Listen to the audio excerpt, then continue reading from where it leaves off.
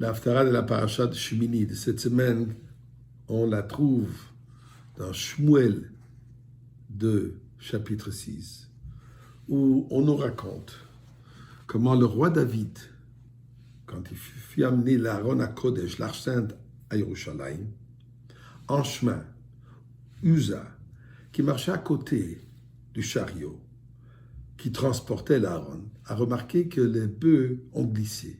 Ayant peur que l'Aaron à Kodesh va tomber, il a essayé de soutenir l'Aaron à Kodesh, chose qui était interdite, et ça lui a coûté la vie.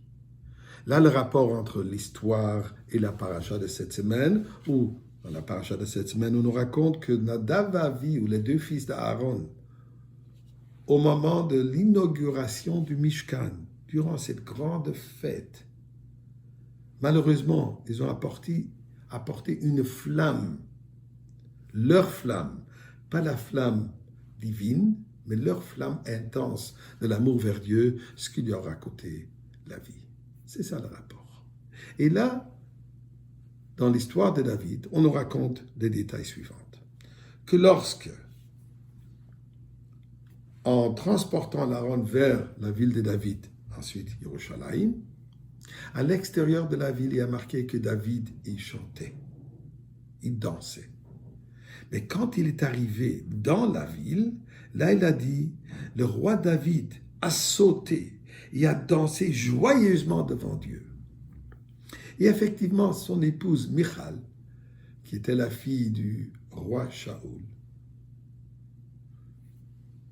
dit à son mari, et il le reprimandait en disant, c'est inapproprié pour un roi de se comporter de cette manière. C'est un manque de respect pour la royauté. David a l'air de lui répondre, devant Dieu, il n'y a rien qui m'arrête. Devant Dieu, je chante et je danse et je saute.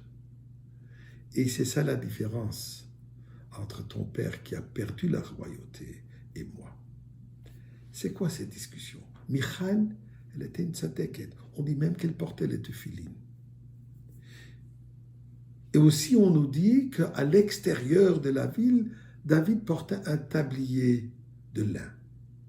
Le Rambam de nous dire, ce tablier était le tablier des jeunes prophètes qui se préparaient à la prophétie, qui était différent du tablier du Kohen Gadol, qui était de 6 différents belles fibres. Ceci, c'était de lin pur. Pour nous dire, ça représente cette pureté, telle que le Kohen Gadol quand il portait ses vêtements blancs en lin.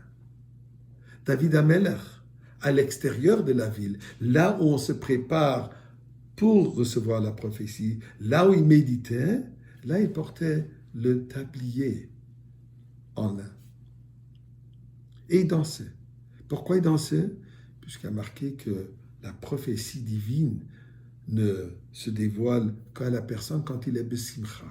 Donc David Ameller, il est besimcha pour mériter cette prophétie. Mais quand il vient dans la ville, ce n'est plus une préparation pour la prophétie qu'il espère recevoir. Maintenant, c'est tout simplement, je suis dans la ville de Yerushalayim, je suis dans la ville de David, je suis là pour fêter la présence de Dieu. Là, ce n'est plus pour son bénéfice qui est limité, mais c'est une joie qui déborde. Il saute, il danse d'une manière qui dépasse toutes les limites. Eh bien, nous dit le Rambam, c'était ça la réponse de David à Michal. Ton père, malheureusement, lui, servait Dieu avec sa compréhension, avec sa sagesse, qui est très belle, mais elle est limitée. La manière comment il faut servir à Kadosh Baruch Hu, c'est par Kabbalatol, en acceptant le joug de Dieu sans aucune limite, sans que le moi se manifeste. Il n'y a que Dieu.